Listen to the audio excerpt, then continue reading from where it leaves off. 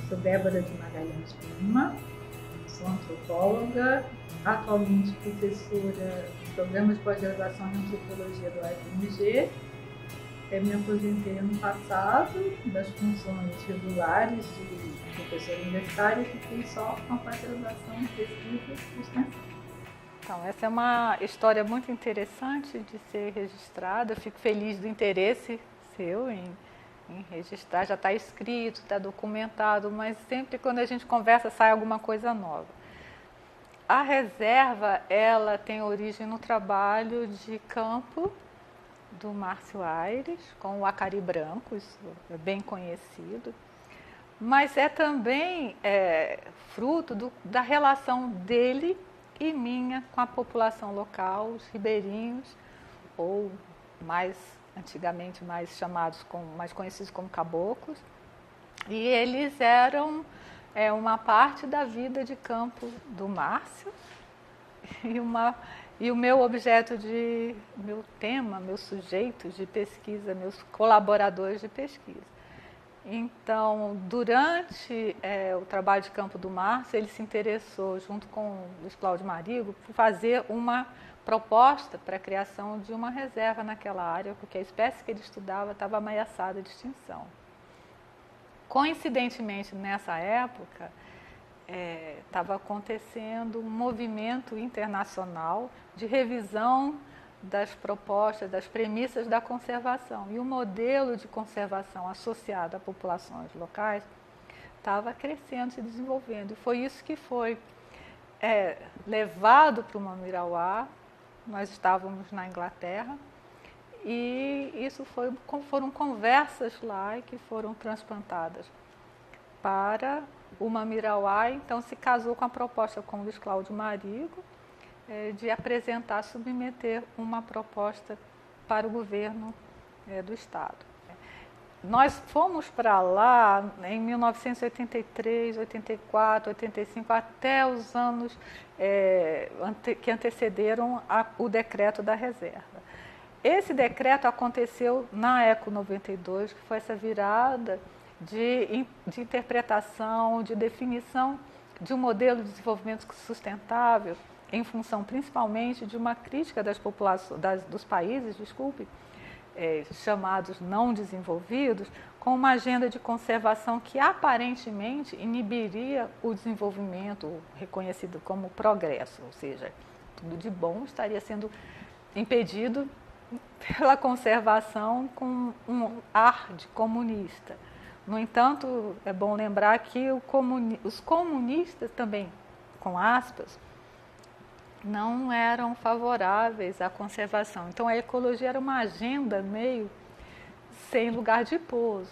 E nesse momento do mundo inteiro, a partir de ideias que vieram, o termo veio da Noruega, né, o desenvolvimento sustentável, isso foi incorporado à conservação e no Brasil nós adotamos isso, especialmente no Mamirauá, mas também na reserva extrativista, como um modelo de conservação que para o Brasil, para a Amazônia em particular, tinha tudo a ver por causa das extensões das unidades de conservação que não podem, e não podiam e não podem ser implantadas sem a participação da população local. Não só por uma questão de justiça, mas porque nunca iria acontecer, diferente de um parque Itatiaia, uma floresta nacional nos arredores de uma cidade. Na Amazônia, se não for interesse local, é inviável. Nessa mesma época estava em discussão a regulamentação do Sistema Nacional de Unidade de Conservação. E então, isso até a Reserva de Desenvolvimento Sustentável junto com o RESEX foram sendo modelos para o que é chamado de reservas de uso sustentável, que é a proposta de uma conservação com uso, com manejo, a fim de que a exploração não fosse contrária ao ideário da chamada preservação. Até hoje ainda existe um pouco desse embate, mas na época era muito forte. Os preservacionistas contra os conservacionistas, nem era tão clara assim uma distinção, mas a ideia de que com gente não dava, a ideia de um ser humano, de um homem si mesmo como do gênero masculino, que seria incompatível com a natureza, com N maiúsculo, é um ideal também. Essas ideias estão muito ultrapassadas. Hoje em dia se sabe que a noção do meio ambiente já avança um pouquinho na relação com outras espécies, e o ambiente humano, ele não é um empecilho para a convivência com outras espécies ou com um bom funcionamento ecológico, mas sim um modo de exploração econômica, que esse sim precisa ser revisto e adaptado. Essas noções não é só uma questão da economia ou do modo de exploração, mas a nossa concepção de mundo, a nossa cosmologia, que, diferente de povos indígenas e outras populações tradicionais, a gente tem uma visão destacada da nossa existência no mundo natural, chamado natural. A gente se separa e imagina a conservação como algo destacado. Isso porque então, essa noção de natureza é como algo que se antepõe à noção do que é humano, do que é o artefato. Então, para outros povos, os povos tradicionais, é muito mais fácil entender que existe uma ligação entre as espécies, uma ligação que pode ser rompida de um modo negativo e deletério, e uma afirmação conhecida do antropólogo Gregory Bateson, que o organismo que destrói o seu ambiente destrói a si mesmo. Isso é uma verdade trivial, mas é algo que a gente tem um distanciamento muito grande, uma dificuldade de entender. Preservacionismo é uma visão muito negativa. A visão de uma conservação sem gente, ela é uma visão conservadora, no sentido de se apegar a uma cosmologia moderna, ocidental, que vê o humano como uma espécie, nem como uma espécie, mas como um ser separado, e não reconhece a ligação com o mundo à sua volta, o mundo como nós vivemos e encontramos ele aqui na vida. Então, essa é uma premissa que é muito negativa para um esforço de conservação com as pessoas. A história do projeto Mamirauá, ela antecede a criação do Instituto Mamirauá. O projeto Mamirauá foi a ideia de implantar a reserva, que foi decretada no papel, mas até como mais um decreto de papel para o Brasil até ficar bem na foto durante a Eco 92. Olha, criamos mais essa reserva, não sei assim, os bastidores, se tinha alguma negociação, se o governo na época queria usar como uma moeda de troca, não sei. O fato é que era mais uma reserva de papel. E o Márcio foi convidado a implantar essa reserva, e para isso ele fez um projeto chamado Projeto Mamirauá, do qual eu participei com o Richard Bodmer. Nós escrevemos e conseguimos financiamento para implantar as primeiras fases do projeto. Quer dizer, teve até alguns projetos anteriores ao projeto para poder elaborar o chamado Projeto Mamirauá, que ainda estava relacionado à estação ecológica.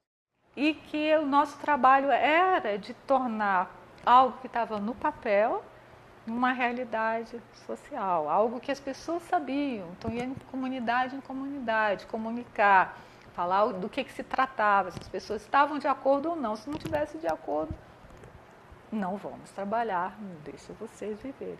Mas encontrou na população local um interesse que convergia com o interesse dos biólogos em fazer uma conservação das espécies e da várzea, que era o interesse em preservar o sustento deles ameaçado, a semelhança do que acontecia com os seringueiros do Acre. No caso do Mamirauá ou da região de várzea, do Médio Solimões, era a pesca excessiva, que estava realmente ameaçando um modo de vida importante.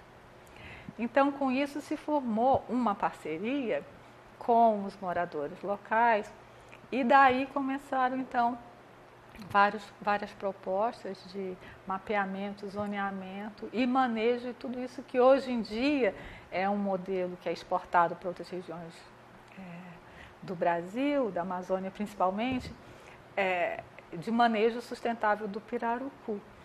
Então, isso vem de um interesse, não é o único manejo sustentável, mas é o mais conhecido fora da região, da ideia de que é possível usar os recursos naturais de uma maneira sustentável, ou seja, com vistas à duração e não à extinção local ou permanente do recurso.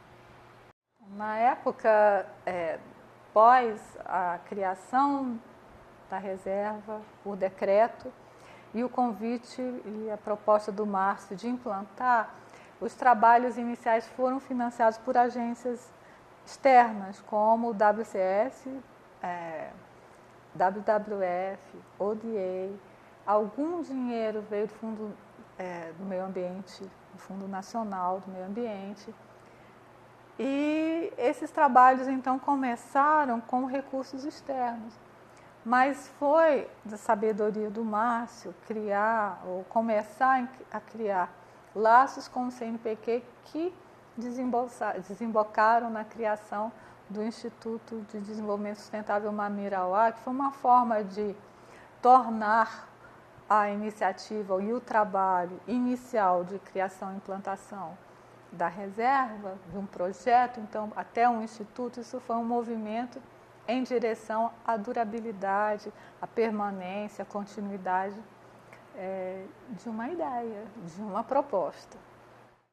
Na época do projeto Mamirauá, existia na população local um movimento de preservação de lagos, cuja ideia foi incorporada e adaptada para os objetivos de preservação da várzea. A ideia veio de um irmão de um religioso da prelazia de Tefé, irmão Falco, e ele teve um trabalho interessante de articular as comunidades na preservação de categorias de lago para uso, para preservação, para subsistência. Isso é contemporâneo do Chico Mendes no Acre. Então, tinha uma ideia de que a população ela estava requerendo um outro tipo de desenvolvimento, ela se sentia ameaçada por um avanço de uma exploração depredatória, né? Uma exploração feita por grandes barcos de pesca, madeireiros vindos de fora, ou seja, uma exploração dos recursos locais por pessoas que não eram da região. Então, existia uma fragilidade também em termos da ocupação territorial, eles não tinham garantias, não eram grandes proprietários, então entravam nas suas áreas de exploração tradicional e não tinham como se defender. Então, a ecologia, como era chamada, ela veio favorecer o interesse e a demanda, a necessidade por defesa do seu modo de vida, da mesma maneira como acontecia no Acre. Então, nessa época, nós tínhamos retornado de Cambridge, o Márcio na minha frente, ou seja, já tinha defendido, eu estava fazendo trabalho de campo, e ele então encontrou, tanto na Inglaterra, nos Estados Unidos, no WCS, quanto na realidade ali do Médio Solimões, uma combinação entre a ideia do desenvolvimento sustentável, o movimento ecológico popular e um conhecimento da realidade por parte dele e de minha parte também, no sentido da gente já ter uma aproximação daquela realidade socioambiental. Ele estava realmente no lugar certo, era a pessoa certa. Por quê? Porque não adiantava só o contexto ser favorável. Se não fosse a iniciativa dele, o protagonismo dele, eu não acredito que algo parecido como uma Mamirauá tivesse se desenvolvido. Isso, assim, eu acho certo. É claro que a parceria foi importante. Todos os componentes do Mamirauá contribuíram e são autores do processo de criação do que é hoje o Instituto, do que é hoje a reserva, mas sem uma pessoa puxando essa carruagem ou esse barco, porque ou dirigindo, manobrando, pilotando o barco, não existiria nada disso, porque eu acredito que é preciso um espírito abrangedor, um espírito de generosidade para entender que sozinho não se faz muita coisa. Isso é trivial, mas o que é mais raro são as pessoas, principalmente da academia, se voltarem para o seu interesse de pesquisa, seu interesse acadêmico, fazer seu trabalho de campo e voltar para casa. É raro, e é raro isso estar associado a um talento acadêmico, um talento de diplomacia, um talento para inspirar confiança nas pessoas e olhar para frente. Então, é nesse sentido que eu vejo que foi realmente, é difícil dizer que é uma pessoa só, nunca é, mas no sentido de que sem uma pessoa que conseguisse envolver tantas pessoas, tantos recursos, eu acho que nem a reserva, nem o Instituto existiria. Tinha acabado de voltar da Inglaterra, eu sabia que ele estava com o Richard Bodmer escrevendo o projeto para esses primeiros financiamentos. Aí ele falou assim, aqui, escreve aqui, está aqui, quanto é que você acha que é o orçamento que você vai querer, toma conta da parte humana, civil, socioeconômica, eu chamava assim. E me deu carta branca e convidei as pessoas que tiveram logo após esse começo comigo. E sou grata, é claro que sem essas pessoas eu não poderia ter feito aquilo que eu considero o trabalho mais importante da minha vida, e eu fico muito feliz em ver hoje o que é a reserva, hoje o que é o Instituto, e ver o quanto uma ideia deu certo, o quanto que aquilo que era um lugar de pesquisa, que a gente ia sozinho, levando o Daniel, depois o Daniel e o Lucas, que são nossos filhos, e era um lugar de esforço pessoal, não tinha nada do que tem hoje, e ver o que se transformou. Eu acho que isso é uma realização, não poderia querer melhor para uma vida assim, profissional, é uma realização muito grande poder contribuir um pouquinho e ver o quanto as pessoas que vieram depois seguiram e puderam também realizar cada uma o seu projeto, que todo mundo contaminou. Lá estão todos contaminados por uma ideia de que aquilo é um projeto para fazer coisas para a várzea, para os moradores, em prol de uma visão de conservação consciente e, se possível, uma outra mentalidade a respeito do que é ecologia, o que são as ligações entre as espécies, de como o mercado pode entrar nisso tudo, uma visão positiva, propositiva. Eu acho que é isso que as pessoas do Instituto aderem e se motivam para ficar morando em Tefé e seguindo essa coisa que era só um lugar de pesquisa. Uma boa pergunta, porque era uma ideia nova, não existia conservação com pessoas dentro. Foi um movimento que veio de outros lugares do mundo também. Na África existia uma crítica muito grande, porque era muito mais colonial, a associação à colonização era muito mais evidente do que no Brasil, mas aqui nós estávamos juntos com outras iniciativas, a ideia do socioambientalismo, a ideia de uma conservação consciente, que encontrou resistência dentro da conservação, dos órgãos de conservação, inclusive os preservacionistas, que ainda hoje têm a sua bandeira forte, levantada contra o uso sustentável, né, que essas categorias depois foram ajustadas no SNUC, e aquela luta de agora aquela luta daquela época e de agora é uma luta, eu enxergo, de visão de mundo.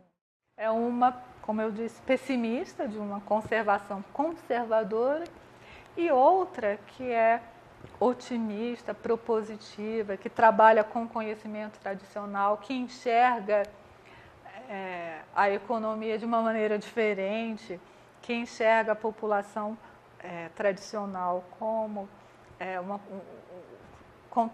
possuidora de um conhecimento sobre o qual nós só temos a aprender, conhecem a biodiversidade muito melhor do que nós que vivemos ou aprendemos só em livros. E eu acho que esse uso sustentável então, um caminho importante para o futuro. Nós estamos num momento muito desafiador de retrocessos, muitas das questões que nós lutamos para fazer valer na época dos anos 80, que era contra uma ideia reacionária, se eu posso usar a palavra no sentido de querer manter a ferro e força uma ideia de desenvolvimento a qualquer preço, nós conseguimos e fomos vitoriosos em mostrar que o uso sustentável, ele é bom, ele é justo, ele é viável, muito melhor do que uma destruição momentânea para o benefício de poucos. E, infelizmente, várias ideias que eram correntes, então, voltaram agora com não sei que tipo de validação, porque a validação contrária, o exemplo de que não é assim, de que o uso sustentável, o manejo sustentável, o esforço para conservar a Amazônia dá certo, e isso tudo está sendo ameaçado e arriscado por uma visão simplista, eu acho. Durante o meu trabalho de campo, e a minha atuação na Amazônia nunca esteve separada da minha vida familiar. Eu cheguei em Cambridge, grávida, fui fazer trabalho de campo com o Daniel pequenininho, e ele ia para campo comigo, andava no barco gaivota. O Lucas, que é o segundo filho, ele foi gerado em Tefé, e as técnicas, os laboratórios, os remédios só davam negativo, e foi uma parteira que me mostrou, está aqui, já estava com mais de 2 meses, quase 3, está aqui o seu filho que está vindo aqui. Então, e eu também tive outras experiências também com as crianças lá, e só tive alegrias e aprendizados com as mulheres do Mamirauá, 2 das quais eu trouxe para cá, para um projeto de colegas que tem um curso de formação transdisciplinar, e elas vieram para ensinar o conhecimento delas de roça. E o trabalho do manejo do pirarucu só tem a revelar a importância do conhecimento tradicional, mas outras áreas na agricultura, principalmente o conhecimento sobre a agrobiodiversidade, é algo importantíssimo, que eu acho que ainda pode avançar mais, no sentido de que é uma biodiversidade, o fato dela ser manejada por pessoas, no caso das roças, o papel das mulheres é muito importante, e essa riqueza, ela precisa ser valorizada do mesmo modo como a biodiversidade sem a interferência humana. Então aqui a gente vê novamente o quanto essa ideia de natureza versus homem, ela é equívoca. O fato das espécies agrícolas serem manejadas e a agrobiodiversidade ser produzida e manejada, ela só mostra o quanto essas definições de o que é natural, o que é humano, elas são muito suspeitas. Eu acho que a questão chamada parceria comunitária, ela precisa ser repensada. ela, de início, foi um avanço, as coisas chegavam realmente de cima para baixo. A ideia de tornar parceiros e chamá-los para serem ouvidos, eu acho que isso é muito pouco. Ainda falta avançar, ainda falta a gente ser não necessariamente igual, mas até ser mais humilde com relação ao que eles e elas sabem. Não estou sendo populista dizendo isso, eu acredito de fato, porque muitas vezes na relação, o fato de nós sermos do Sul, nós não sermos locais, e uma história de relações de classe no meio rural amazônico, sempre fez com que os chamados caboclos, né, nem os ribeirinhos, que já é uma categoria de resistência e de lucro, os caboclos fossem desprezados como pessoas que não tinham conhecimento, né, eram até usados como mateiros, como guias, como, na verdade, hoje a gente reconhece como autores dos trabalhos científicos, mas isso não era dado o reconhecimento devido porque eles eram caboclos. Enquanto que cada vez mais eu fico feliz de poder presenciar e ter acompanhado essa mudança, se dá um reconhecimento maior, e eu acho que isso deve aumentar mais, no sentido de que haja um diálogo de paridade, um diálogo de respeito maior ainda. É claro que se tem, é claro que as pessoas são ouvidas, é claro que há diferenças de competências, de conhecimentos, mas a gente ainda pode reconhecer mais um modo diferente de produzir conhecimento, um modo diferente de transmitir esse conhecimento, e a gente só tem a ganhar e aprender mais, e é claro, sem falar do lado ético, de um respeito, de um avanço em algo que vem, como eu falei, de um tempo de uma diferença muito grande, a gente se tornar mais horizontal.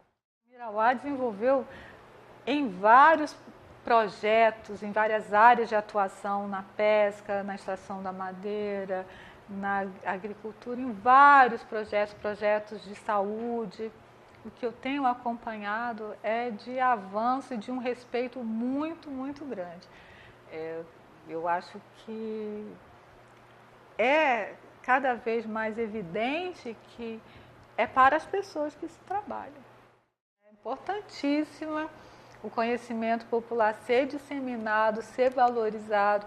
Existe um trabalho em uma Mirauá importante a esse respeito, mas acho que é um caminho frutífero a seguir em relação a todas as áreas de atuação de pesquisa, tem o seu contraponto no conhecimento tradicional. Todas as áreas de exploração, chamada exploração ou uso que os ribeirinhos fazem do ambiente de várzea, tem um componente de conhecimento tradicional importantíssimo, e tem aquilo que não é de interesse utilitário, tem um conhecimento tradicional, posso dizer, filosófico, de puro prazer em conhecer. Tudo isso é material para um registro imenso, e claro que ali no Mirauá, no Médio Solimões inteiro, tem um substrato indígena muito forte, que informa esses saberes. Então, é como se fosse uma epistemologia arqueológica, alguma coisa assim que precisa ser escavada, não para dizer a origem, de onde vem, de que etnia vem esse saber, mas para associar os saberes a uma outra cosmologia distinta da nossa, porque é só assim que a gente entende várias coisas que são pensadas como lendas ou crendices ou saberes menores, mas que têm a sua participação numa outra visão de mundo que é importante conhecer e lembrar, como a ideia da mãe dos bichos, a ideia dos donos, que é uma ideia, então, dessa relação, dessa interligação das pessoas com os lugares e com as espécies animais e vegetais. Então, são ideias que o manejo sustentável tem um paralelo na medida em que as pessoas trabalham, por exemplo, no caso do manejo da pesca, com o peixe que é contado nos lagos até o mercado. Então as coisas são conectadas e são pensadas em rede, que tem um paralelo com a ideia de uma mãe da roça, ou mãe da tartaruga, quer dizer, a ideia de uma conexão, no caso espiritual, entre as pessoas usuárias de uma espécie e o ser, o outro ser que a gente está ligado. Então, a gente retomar essas referências indígenas, eu acho que é uma maneira de valorizar mais esses saberes tradicionais. Até os vizinhos, quando o Márcio chegava com gaivota, o pessoal, chegou o seu Márcio, tarará, e me avisava, o Daniel, a gente descia correndo para receber, e vinha sempre os mateiros juntos, e ele chegava contando as histórias, ele ficava uma semana, 10 dias no mato, e grande parte do esforço dele foi esforço físico, e ele dizia também, se fosse medir quanto de sangue que ele deu, não é no sentido metafórico ou de energia gasta, mas é do Carapanã, quem trabalha na Amazônia, todos os biólogos que trabalham e antropólogos e sociólogos sabem, os moradores nem se fala, né? O quanto para você morar, viver, trabalhar na Amazônia, você dá do seu sangue, literalmente. E esse trabalho dele, que ele fez sempre em parceria com o mateiro, que andavam juntos, acordavam de manhã cedo. É um trabalho que ele valorizava e está nos agradecimentos, né, da tese, dos trabalhos que ele escreveu. Pessoas que eu acredito estejam vivas e quero dizer que são lembradas. O Instituto é uma referência importantíssima para a Amazônia. O Museu Guild, o INPA, o Museu Guild em Belém, o INPA em Manaus, sempre foram as instituições de pesquisa e formação de referência. O Instituto Mamirauá, ele tem 20 anos, mas tem uma longa vida pela frente, e eu acredito que vai se direcionar não só para a pesquisa, mas quem sabe para a formação modelo que é hoje o Museu Guild e o INPA, que também fazem a formação, uma pesquisa e formação. Acho que seria fantástico se eu puder ainda assistir isso. Reserva, eu só posso me orgulhar de ter assistido o seu começo, porque o que as pessoas fizeram depois foi de muito mérito, de muito sucesso. Eu acho que as pessoas que moram lá nem sempre reconhecem o quão elas foram beneficiadas. Eu digo isso porque, às vezes, os mais jovens reclamam como se fossem amarras. Algumas das limitações e das restrições, porque quem não viu o Mamirauá na sua fase, na sua época de ameaça, talvez tenha mais dificuldade de entender por que o manejo sustentável é tão importante. O lucro momentâneo, ele satisfaz uma necessidade premente, não digo nem que seja ganância, mas às vezes necessidade, uma doença ou uma necessidade de melhorar a sua condição de vida. Mas o que é uma solução de curto prazo, ele é uma solução que ameaça a vida dos que vêm depois, ou para a própria pessoa nos anos seguintes, e força a migração para a cidade. Agradeço essa entrevista, a oportunidade de vocês terem lembrado de vir aqui falar comigo. Eu não participei muito do Instituto, participei da reserva, da pré-história, como se fosse, essa história do Instituto. Eu não acompanhei, estive lá dando curso, estive com projetos com colegas que estão lá e outros que saíram.